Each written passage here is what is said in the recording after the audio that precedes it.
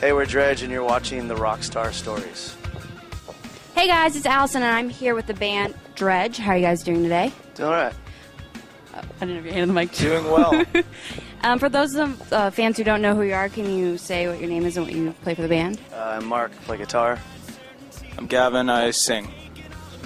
So how's the tour been going? It's doing all right. It's doing well. Every night's different, so some of the shows have been great and wonderful, and some have been pretty bad. But that's kind of how touring goes. How long have you been on the tour? It's about 3.5 weeks. Yeah. Started in Northwest very beginning of April, so now we made our way to Florida, and it's the end of April. So. How long do you have left? 4.5 weeks. A lot of it's in California, though. We play a lot of shows in California just because it's so great for us. But we'll make our way from Florida back to the West Coast and finish it up. Now, you guys are from California, am I right? Yeah. How exactly did you guys form? How did the band come together? Just school. Similar music tastes and friendship, basically, through music. And how did you guys get the name Dredg without the E? You have to ask Drew that. I have no idea. You have any idea? Yeah, it was, we were playing a talent show in high school. We had a list of names Drew had written down. And it was between Dredg and Woven. We went with Dredg. And the E wasn't on there because, I don't know, I think because it looked better with the font, like with the G at the end.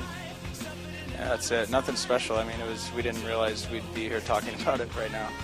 Obviously, it was just kind of a sporadic idea, and that's how it became. Now, you guys have an upcoming album, The Pariah, The Parrot, and The Delusion. Yes. What can you tell us about the album? How is it different from the others? It's a very diverse record. There's a lot of stuff going on, a lot of different styles. We branched out a little more and, I don't know, bringing diversity to an entire record. There's 18 tracks, so it's quite long. It's an hour long.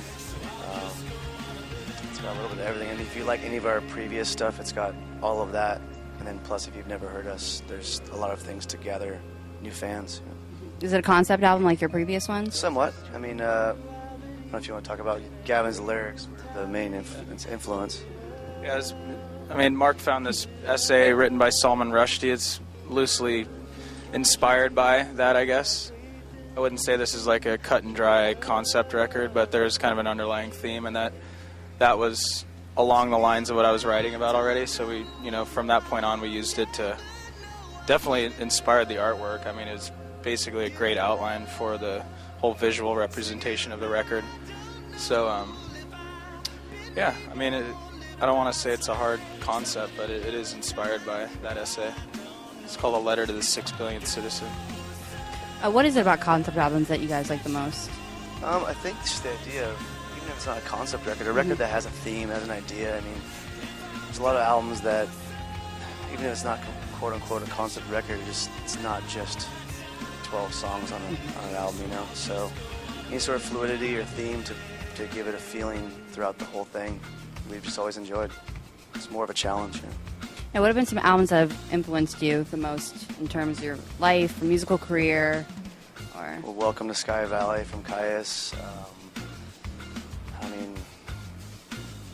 Any Beatles record made, any Floyd record made, any Zeppelin record made, any. There's just how do you start? Any Too Short record made. Yeah, I think Mogwai helped our band a lot. I think a lot of hip hop and electronica, DJ Shadow, LTJ Bookham, a lot of different things. I mean, some local bands that aren't necessarily name bands, but obviously, like growing up in a region, you're inspired by other people you're around, So, yeah, I think a broad range of things. That's the way we write as well.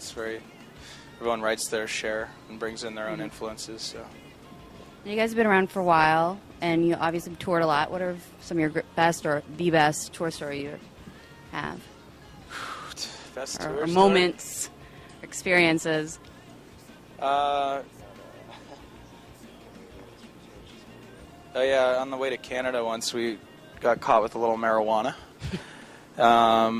Yeah, whatever, big deal. And basically they took us in, and one of our drum tech went in first, and he came out and he's like, "Yeah, you guys are getting naked."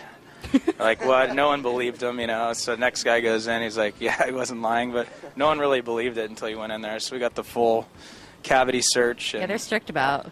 yeah, and then we got, the guy reprimanded us for about 20 minutes about how the weed's better up there and we don't need to bring it in and so on. It was stupid, but it was just a very minimal amount of weed, It wasn't like we were trying to transport a bunch of drugs up there. Yeah, it was kind of an accident. It was just kind of forgotten, and they found it. And yeah, so that's one of them. Getting naked for the Canadians. And what do you guys like to do when you're not on tour? Well, libation, literature, film, more libation, cocktail on the water, travel. Mm-hmm. I like to watch soccer a lot. Love soccer. I think we all are different. We all have our own things. Probably be a different answer for everyone that you asked. Mm-hmm. We all have personal lives, significant others, or whatnot. Friends. That's about it. Pretty much it. So you guys are really into all the artsy stuff. What's the last great movie you've seen? Well, I mean, of course, it's the obvious. I mean, the last time I was in a theater, I saw Slumdog, so that was like, no surprise there. But I don't know. Last great film I've seen besides that.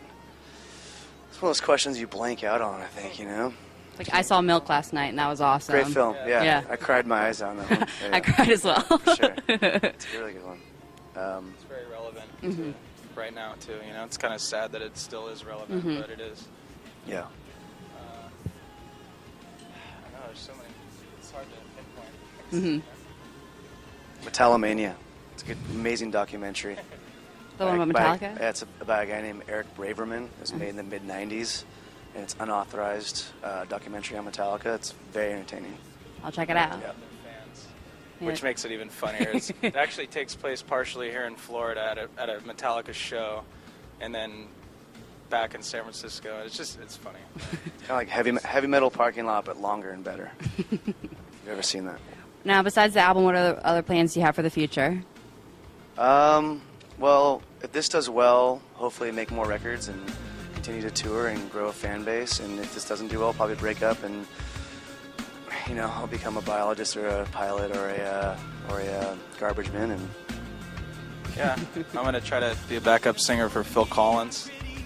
I'm going to try out. Viable option. I don't know if I have the right figure for that, but we'll see. We'll see what happens. Yeah, I don't know. Go back to school. Become an urban planner. Do more drugs. Yeah. But stay away from Canadians. Yeah. Yeah. Now, when does the album come out? June 9th, 2009. June 9th. And for those who want to check out more of Dredg, where can they find you on the internet? All the obvious places. MySpace, our website, dredg.com. iTunes. The little thing called iTunes. The obvious. Yeah. All right. Well, thank you very much. Thank you. Bye. Cheers.